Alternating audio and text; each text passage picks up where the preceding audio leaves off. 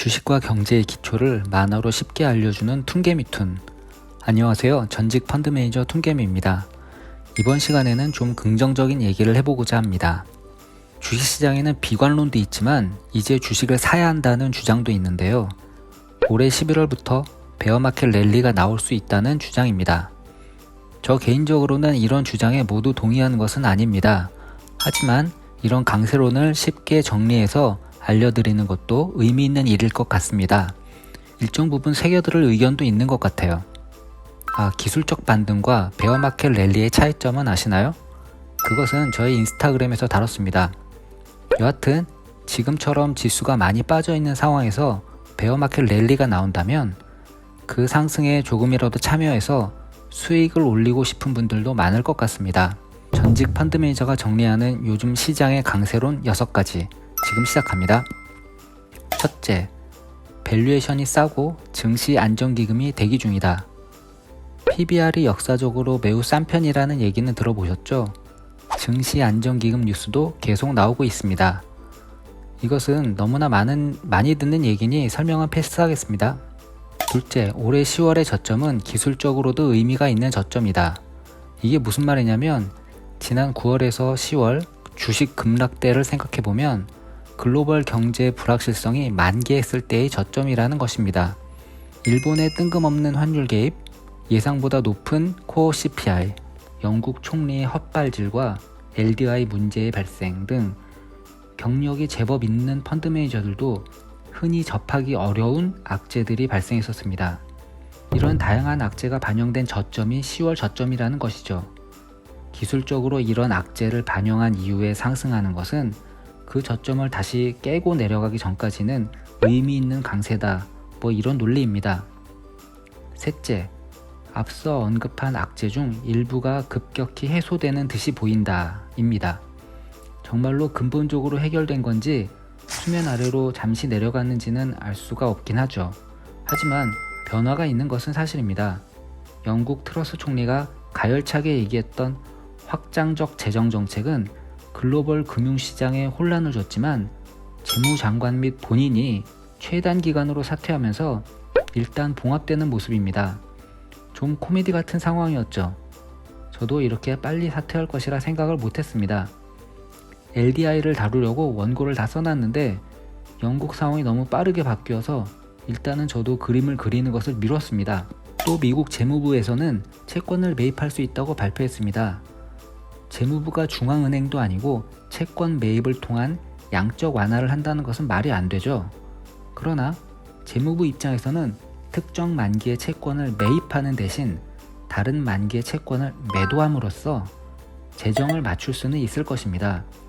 이런 일을 왜 하냐고요? 혹시라도 미국 채권 시장에 어떤 문제가 발생했을 때 그 특정 만기의 채권을 사줄 수도 있다는 일종의 보험적 정책으로 보면 될 것 같습니다. 예를 들어 미국도 LDI 문제가 혹시라도 발생한다면 연기금이 팔아야 하는 장기 국채를 재무부가 사주고 재무부는 대신 단기 국채를 발행하는 것이죠. 반대로 만일 미국 채권 시장에서 단기 유동성에 문제가 생긴다면 재무부는 시장에서 단기 국채를 사서 유동성을 공급하고 대신 장기채를 발행할 수도 있을 것입니다. 이것은 제가 이해를 돕기 위해 설정한 예일 뿐입니다. 미국 재무부도 이런 정책을 검토해 보겠다는 것이지 아직 확정된 것은 없습니다. 하지만 이렇게 각국 정부들이 금융시장 패닉을 막기 위해 무언가 하고 있다는 점은 긍정적입니다. 넷째, 미국 중간선거입니다.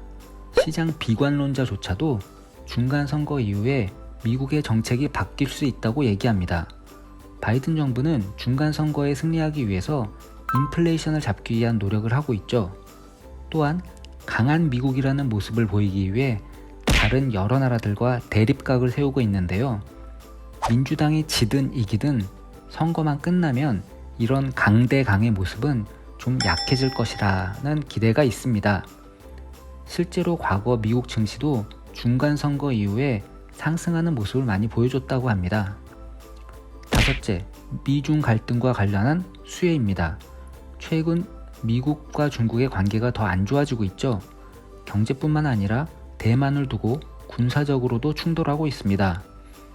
이에 따라서 미국의 연기금 펀드들이 이머징 마켓에 투자하는 포트폴리오에서 중국과 대만에 투자하는 비중을 절반 이상 줄인다는 얘기가 있습니다.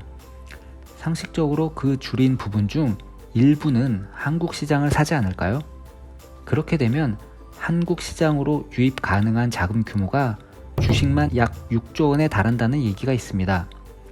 이는 외국계 증권사에서 나오는 얘기를 전달해 드리는 것일 뿐 툰개미가 구체적으로 확인한 것은 아닙니다. 근데 이런 시국에 말은 좀 되는 것 같아요. 최근 삼성전자, 하이닉스를 사는 외국인 매수를 이런 자금으로 해석하기도 합니다.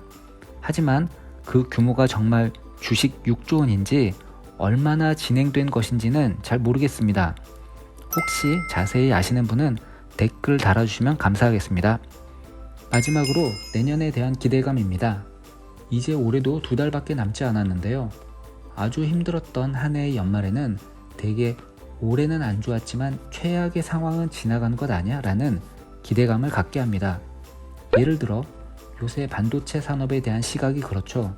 그동안 너무 안 좋았고 지금도 안 좋지만 이미 투자를 줄이고 있고 생산도 줄인다고 하니 내년에는 수요에 어떻든 간에 산업 사이클이 좋아질 수 있다는 기대감이 커지는 것이죠.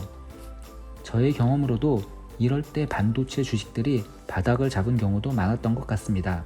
물론 바닥을 잡는 것과 바로 상승하는 것은 다르긴 하지만요. 자, 지금까지 연말 강세론자들의 논리를 6개로 요약해 봤습니다.